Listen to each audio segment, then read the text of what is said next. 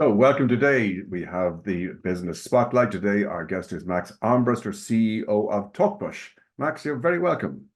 Thank you, Tom. Pleasure to So, be. excellent. Tell our audience here, what do you do and what is TalkPush all about? I've been in Ireland for a couple of years, and I have started TalkPush 10 years ago.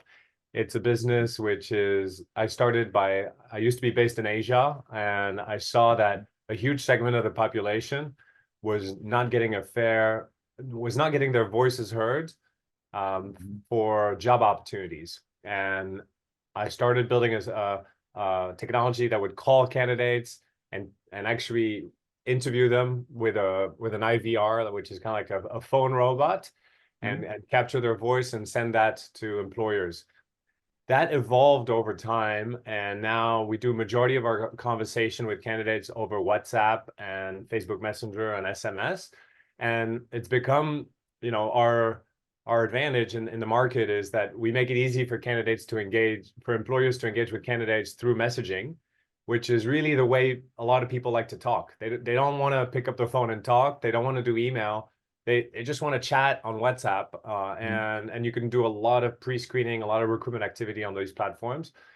So we're in that space, and we work with large retailers, large service organizations that hire thousands of the same profile week over week.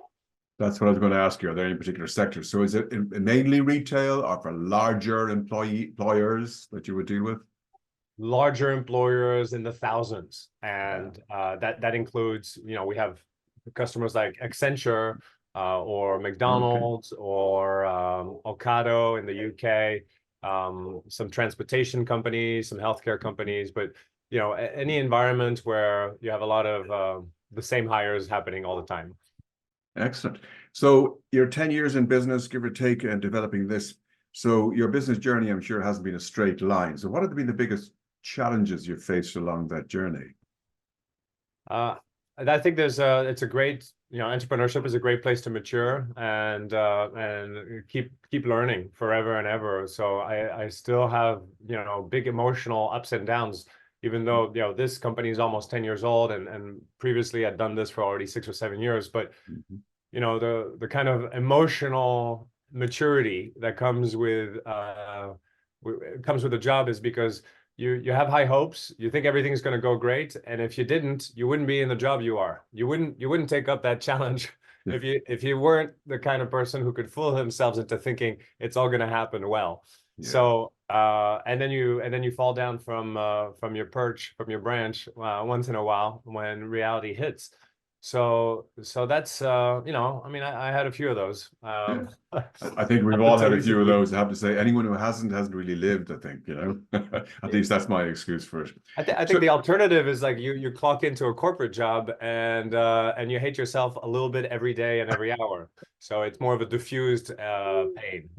That could be very, very true. So what do you attribute from your strengths? What do you attribute the growth to? Are there any particular areas that you attribute your growth to?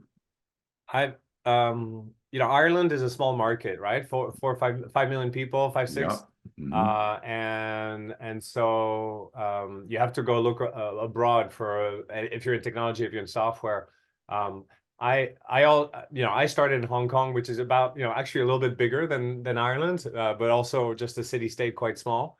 And so immediately it was like, let's think about growth markets. Let's think international. And then when you get a bit of early success in one of those international markets with bigger potential, then you just hammer away.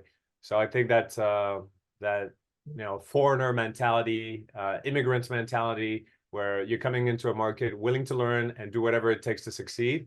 Yep. That's the key to our the fact that we're still around 10 years in.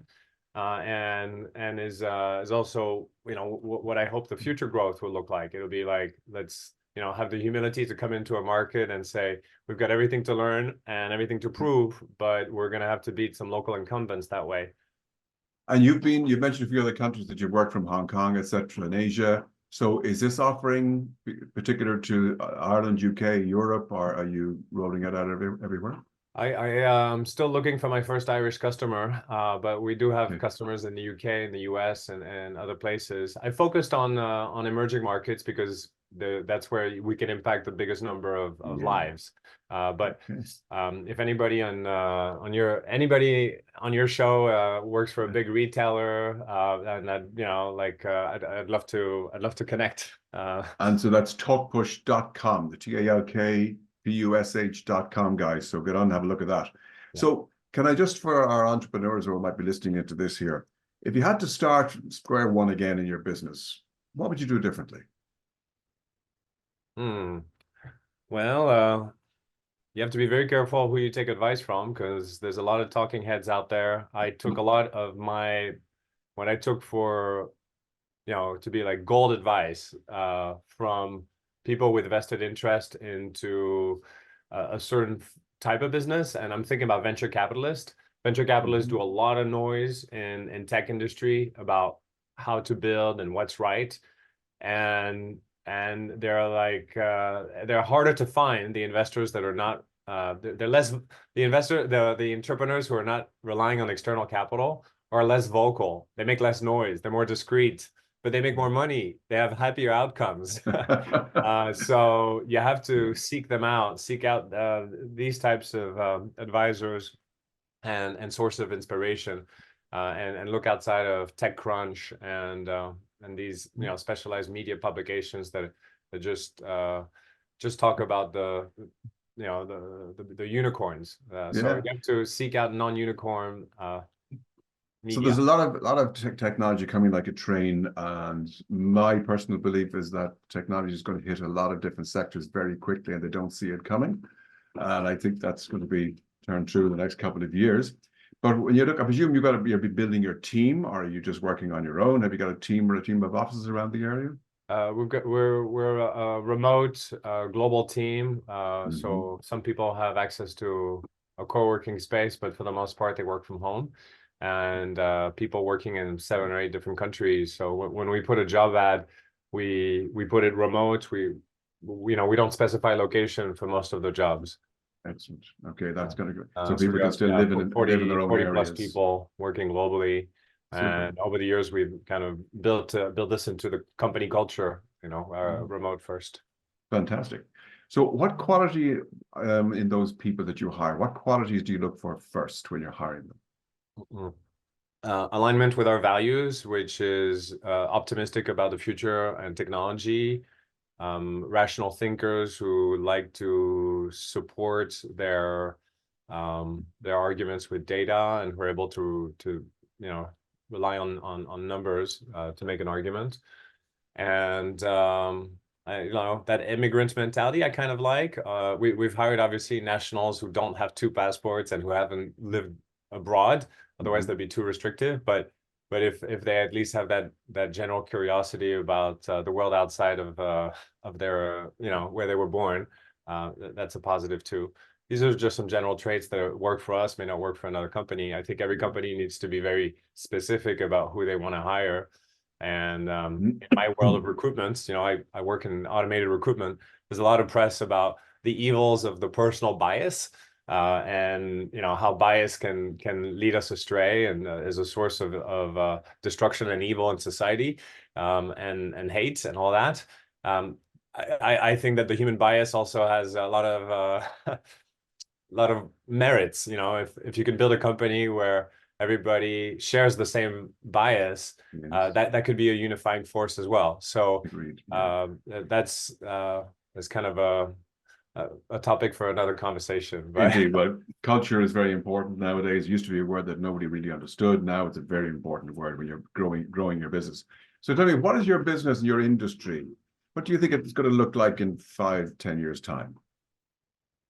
we're one of those AI companies, which is changing the industry in a fundamental way by taking some jobs away from humans. And right now that's the press. What people are reading is AI is evil. It's coming for our job, all that, and you can't trust it. It's unreliable. There's data and security issues. it makes mistakes. That's the current press. I think the cycle will move on to something different, which is obviously AI is better than humans for some things, like remembering a lot of things, handling data, making unbiased decision for some. Remembering your wife's birthday, all that sort of stuff. Yeah, many things. So as that sort of does these obvious statements become common knowledge, then I think there will be a preference, not just from recruiters, but also from candidates to say, you know what, I can talk to you, Mr. Human, but I'd rather interact with the AI because I feel like at least it'll be fair. I'll get a better chance, I get a fair chance, and they'll be listening to me. Because if I talk to a human recruiter, who knows what, it's a bit of a luck of the draw what I'm going to end up with. So I think there'll be a big change over the next few years with that, and with younger populations coming into the workforce. And it's all changing. And there'll always be a role for people. It'll just be different roles, I think, is where it's going to end up. So tell me, hopefully, knock on wood. You're a serial entrepreneur from looking at a bit of your background here. So for the younger people and the would-be entrepreneurs, what advice would you give to a startup entrepreneur or even your 18-year-old self? My 18-year-old self is not ready to start a company. Neither was my 22-year-old self and my 25-year-old self. You're being too honest here now. No, seriously, it's not for everybody. You need to take you need to have taken a few punches on the chin before you can do that. Otherwise, your first startup will be a punch on the chin, which is fine too. If you can take it. If you don't have two kids that a family you have to feed and you have a roof over your head, and you can take a few punches and you can go a year or two without salary, then have at it. It's a great place to learn, better than university. On the other hand, if you haven't had any bruises, if life has been, a sort of a nice steady flow, you're probably not ready for the shock. So I try to tell people not to jump into it just because of the allure of entrepreneurship. And realize, so learn a little bit first, learn to take a few knocks before you jump in. Yeah, I'd say so. Okay. Well, listen, it's been fantastic talking to you today. Max Armbruster from TalkPush.com. Have a look at it, guys. This is the future for recruitment automation, or certainly a version of, which is going to change the world in the next 10 years. So to get in touch with you, Max, would you take phone calls? Will you take emails? Would you like to talk to some people?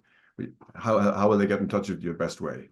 If you want to find a better way to engage with talents that goes through WhatsApp and that's real time and AI powered, get in touch. Or if you just want to talk about the industry, and meet in the real world in Dublin, also a good reason. And best place to reach me is probably LinkedIn. So look for the TalkPush CEO, Max Armbruster, on LinkedIn. Fantastic. Max, thank you so much for participating in this today. I wish you every success in your business, and I look forward to seeing big numbers coming in the next few years. Oh my. All right, I'll try. Thanks, Tom.